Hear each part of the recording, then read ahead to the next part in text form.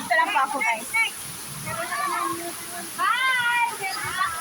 Kami yung umakyat dito na di naliligo. Umakyat lang kami para mag-picture. Bugnaw daw guys.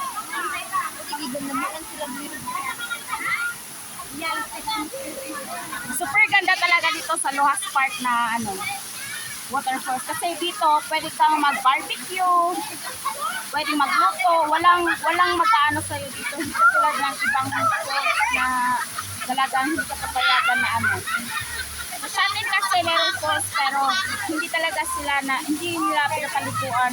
Parang tourist attraction lang doon sa shuttle kung saan ako dati.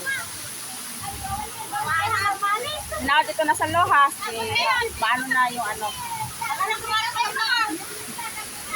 Thanks for watching!